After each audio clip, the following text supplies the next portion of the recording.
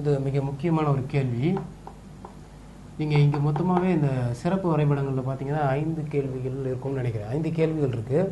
இந்த 5 கேள்விகளுக்கு நீங்கள் அது இருக்கிறத ஒரே மாதிரி தான் இருக்கும். அப்போ நல்லா ப்ராக்டிஸ் பண்ணிங்கன்னா இதுலேருந்து ஒரு 10 மதிப்பு இனிமையாக வாங்கிடலாம்.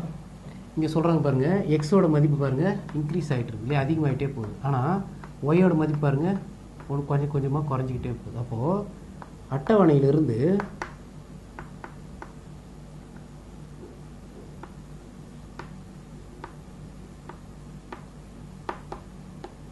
எக்ஸின் மதிப்பு ஆனால் ஒயின் மதிப்பு குறைகிறது.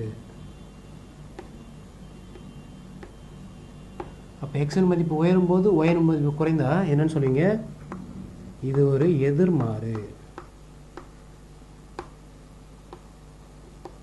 அப்போ இது ஒரு எதிர்மாறு.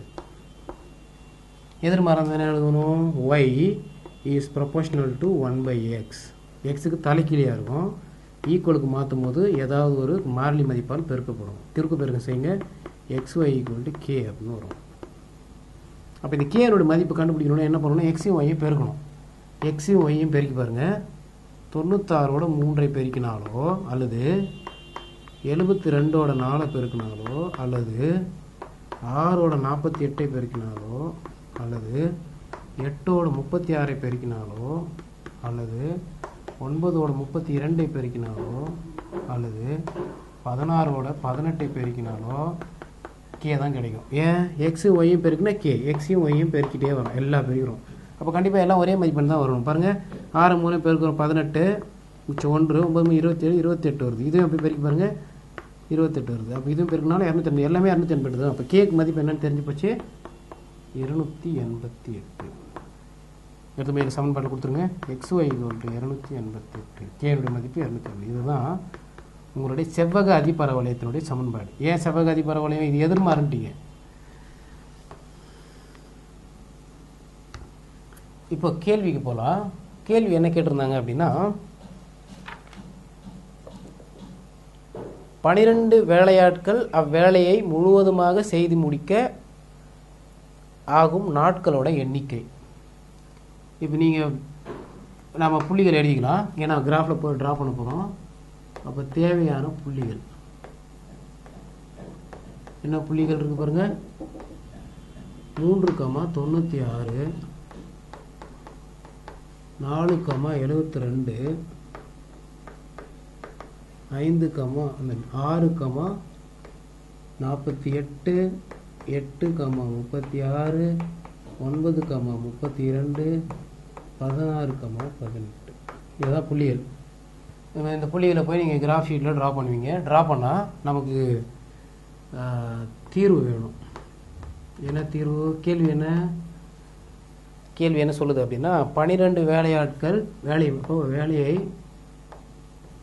12 வேலையாட்கள்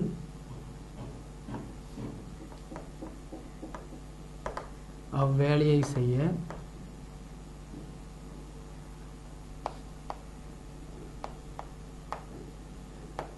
ஆகும் நாட்களின் எண்ணிக்கை. இப்போ நீங்கள் கிராஃப் ஷீட்டில் போய்ட்டு நீங்கள் வரைபடம் வரைவீங்க. வரைஞ்சிங்கன்னா அதுக்கான விடை உங்களுக்கு கிடைக்கும். அந்த விடையை நீங்கள் என்ன பண்ணலாம்? நாட்களாக இங்கே கிடைக்கும். இப்போது சிறப்பு வகை வரைபடங்களில் ஒரு கேள்வி பார்த்தோம். அந்த கேள்வியிலிருந்து புள்ளிகள் நமக்கு கிடைச்சிது. முதல் புள்ளி நம்ம எக்ஸ் அச்சில் என்ன எழுதியிருக்கும் பாருங்கள். எக்ஸ் அச்சில் வேலையாட்களோட எண்ணிக்கையை எக்ஸ் அச்சில் குறிப்பிட்டிருக்கோம். வேலை செய்த நாட்கள் எதில் கொடுத்துருக்கோம்? ஒய் அச்சில் கொடுத்துருக்கோம். புள்ளிகளை குறிக்கணும். நமக்கு அங்கே சமன்பாடு என்ன கிடைச்சதுன்னா xy = 288ன்னு கிடைச்சிது இல்லைங்களா. முதல் புள்ளி என்னென்னா, எக்ஸ் அச்சு 3ஆக இருக்கும்போது ஒய் அச்சு 96ன்னு வந்தது இல்லைங்களா. அப்போது நான் எக்ஸ் அச்சில் 1 2 3 4ன்னு எடுத்திருக்கேன்.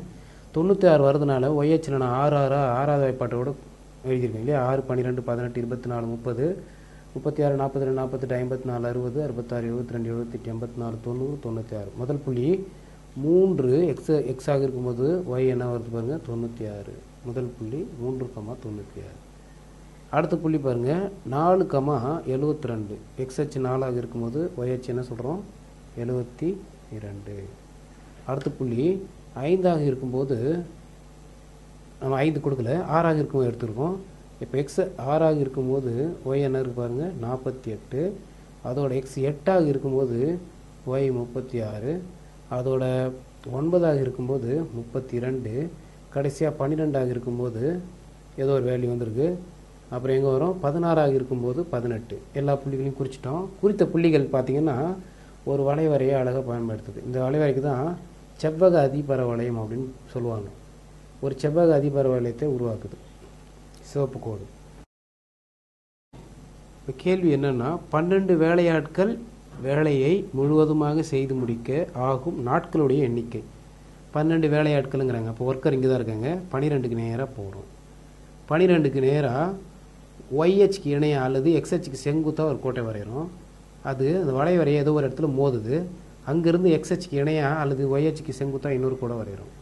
அது எங்கேயோ போய் முடியுது இல்லையா? எங்கே முடியுதுன்னு பார்த்தா 24 முடியுது. அப்போது வேலையாட்கள் 12 பேர் வேலை செய்யும்போது ஆகும் நாள் எத்தனை நாள் ஆகும்? 24 நாளில் முடியும். ஒருவேளை உங்களுக்கு கேள்வி வேறு மாதிரி கேட்குறாங்கன்னு வச்சுங்களேன்.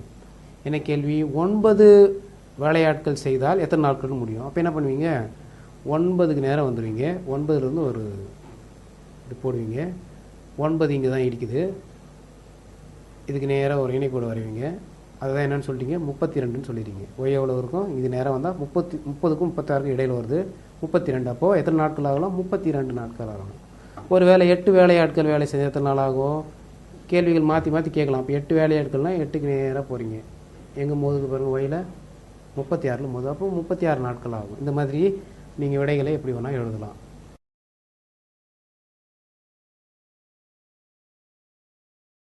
அப்போது கிராஃபில் இருந்து நமக்கு என்ன கிடைச்சிது? 12 வேலையாட்கள் அது வேலையை செய்ய ஆகும் நாட்களுடைய எண்ணிக்கை என்ன கிடைச்சதுன்னா 24 நாட்கள்.